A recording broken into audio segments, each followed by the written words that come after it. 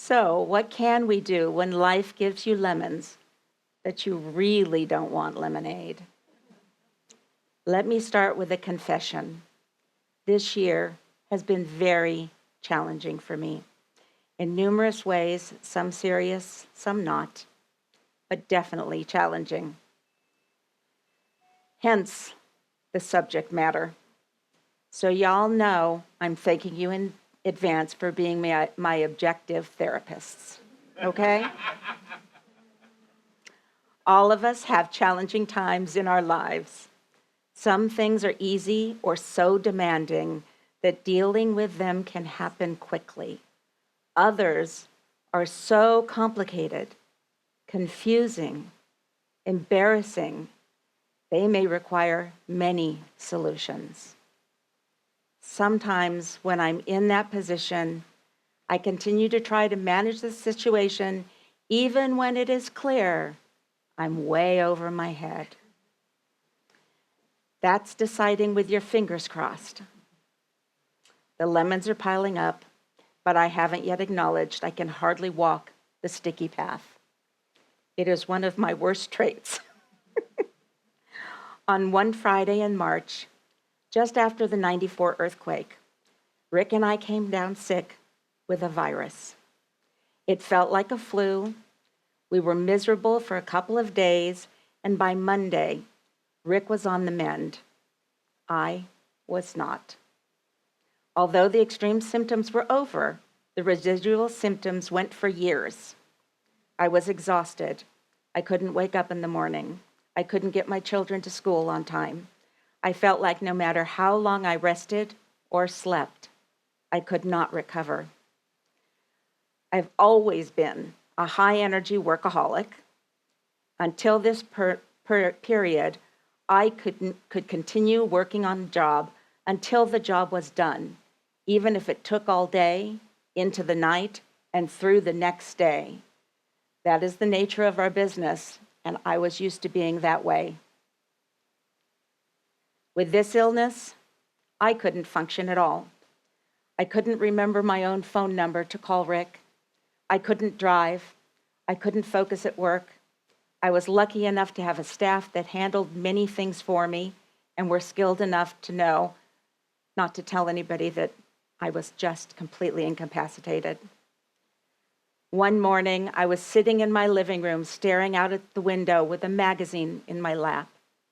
Rick walked in and commented that he had never seen me sit so much. I was there doing nothing. I couldn't even read the magazine. Reading the first paragraph was okay, but when I'd start the second one, I couldn't remember what I read in the first one. So nothing had cohesion and nothing worked well.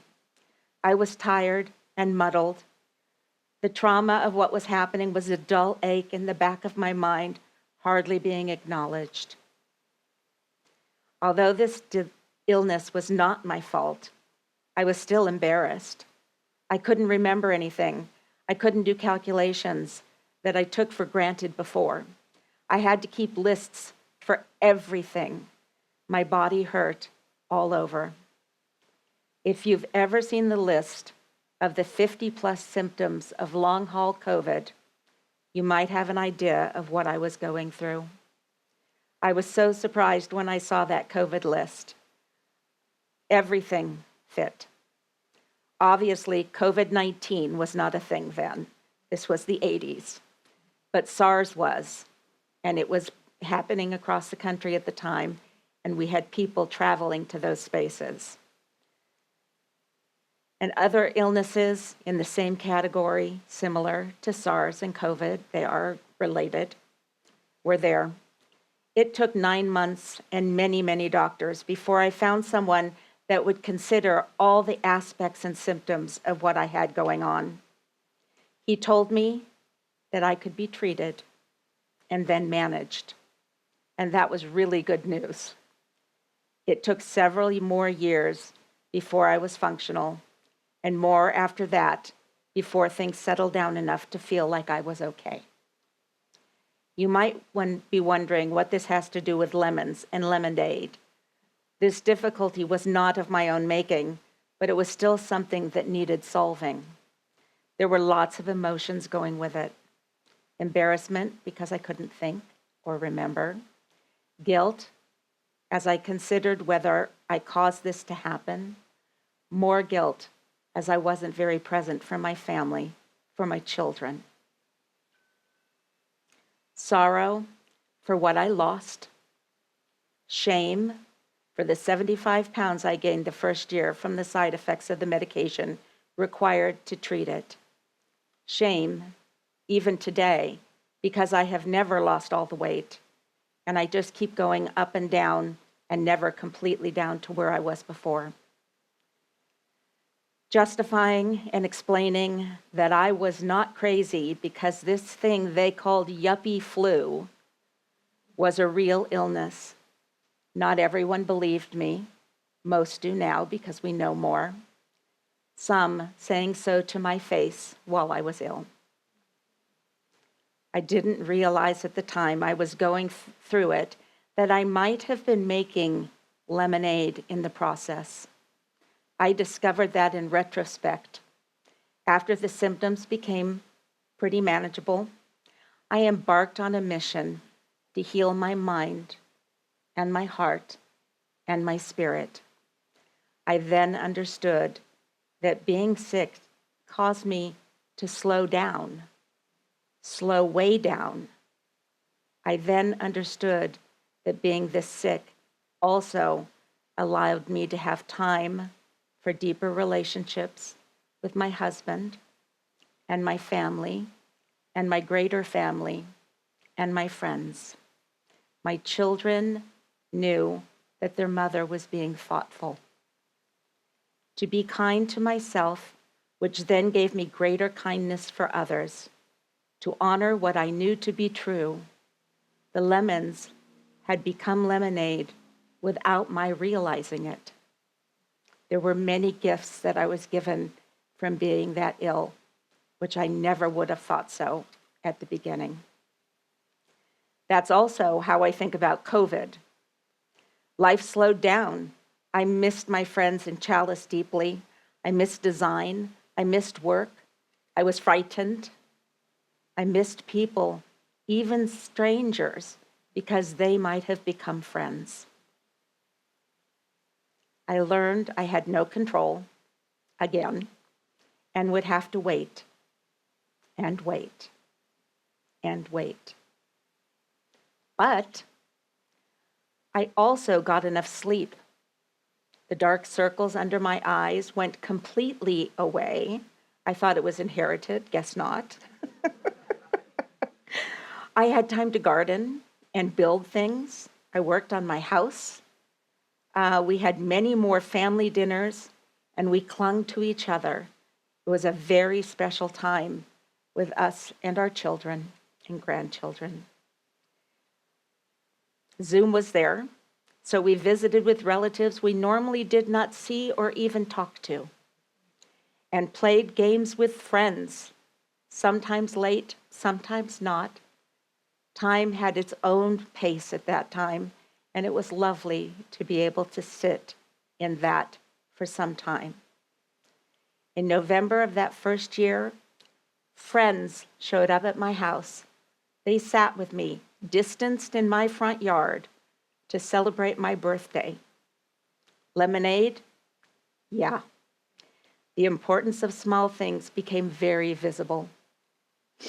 Even though I came through it more depressed than I ever felt before, I honored the lessons and vowed to remember what it was like to slow down, to have time for people and for myself. Do I remember? I do, but I struggle to actually work less. Excuse me just a second.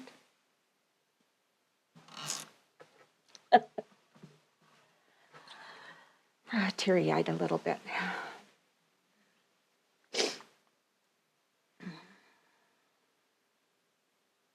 I really do struggle with being a workaholic, and I did struggle to work less, and I still do. But I do remember those times that I had time to be a more joyous me, as stressful as COVID was. I find it hard to justify that I don't work less. I also noticed that I aged during COVID, and it is harder for me to work or think as fast as I used to. So those things I would like to do less take me longer. I know. Go figure that one. As I write this, it reminds me I have simplified many times in the past, and I have learned this lesson before. I learned it when I was sick. I learned it when I had children who ruled my world, babies especially. I learned it when I moved out of a house and decided to get rid of 3/4 of what we owned. And I did that, and it was lovely. I learned it again as I have now collected things again. And so now I am giving them out. If they do not make me think of lovely times or give me great joy, they go. Not the sofa, but you know. So now this is being forced on me again this year. Karma. I didn't listen the first 10 times. There are a couple of things I find really amusing and actually helpful. When I'm facing a problem, of course, denial comes first, and procrastination. When I'm faced with difficult times, I tend to pass through denial pretty fast. So for me, that's a blessing. Usually I acknowledge the problem and work to think things through and create a process. The process. Procrastinating on getting through the process is actually an art form for me. There is a new teen movie coming out soon, and I saw this on an ad across my computer. I don't know if the movie is any good, but I like the tagline. When real life sucks, real life rules. REEL. If only I could rely on the escapism of a movie or even social media to solve my problems. I know that I spend some time trying to escape before I get to work. I'm also unsure if I'm hoping whatever will go away or if it actually allows my brain to percolate a little bit and come up with solutions. Or both, or neither. I'm still not sure. I do know I feel vulnerable and usually frightened. I lack control and I don't like it. Little Claudia just wants somebody to rescue me, the romanticism from watching fairy tales. There are many emotions that can come with difficulties: feeling of failure, being out of control, trauma, sadness, guilt, shame. I personally need to process the feelings so I have a clearer view of the paths I take or I can take. If failure or inadequacy is in my head, I may choose the fastest routes possible in order to quash down those awful feelings, and that may not be the best choice. I have found to acknowledge and hold those feelings as helpful. Sitting with the discomfort is an important part of the process. It's horrendous, but for me, it's important. Trusting that things will become clearer, understanding that clarity may come only in bits and pieces. And even then, there may be some things that I never understand in full, or at least not for a long time later, until a long time later. This is a weird example, I know, as it's not dealing with a difficult situation, but I realize that some of my feelings and actions are similar. I feel vulnerable when I am writing and sharing a sermon. And when I feel vulnerable, I, of course, find ways to procrastinate. And even when preparing to speak today, I decided that I needed to finish planting the succulent wall in my driveway. I needed to dust the dining room. I needed to do 4 loads of laundry. I needed to organize the paperwork on my dining room table from the projects we had been working on. They all needed individual folders. I needed to water the plants, clear the kitchen counters, oil my cutting board, etc., etc., etc. Clearly, my go-to procrastination technique is to work, just not on what I need to. And I can justify that it all really needs to be done, even though I'm well aware that I'm procrastinating. Also, the results of a clean space help me feel just a little more capable. Clearly, I went back to writing. Sigh. I tried to solve my problems all by myself, and that works only sometimes. Other times, I do not have enough information. My research is pointing me in different ways, and if I'm extremely overwhelmed, I probably can't find a direction at all. When I get the courage, I find someone safe and explain what's happening out loud. Saying things out loud to another person grounds me, and then I can better acknowledge that I might need help. A couple of things. Most people are compassionate and loving, I found. They want to help and usually know how courageous you are being to share this trouble with them. Also, and this is critical for me, if someone is not able or responsive to my sharing, I stop talking. I really can stop talking. It might take me a few moments, though. They are not in a place to hear me, and that's okay. They still love me. This is not rejection. It could be a boundary because it makes them uncomfortable. I try not to take it as a personal affront. Just as I ask for grace, I try to give grace. I then find someone else who is able to hear and maybe give me some guidance. Dealing with a difficult situation is not only a responsibility, but it is also a way to grow, to process feelings, to find work that's what works best for you, to have grace for yourself and hopefully compassion for yourself as well. Perfectly imperfect. There are some ways I deal with those lemons collecting at my feet.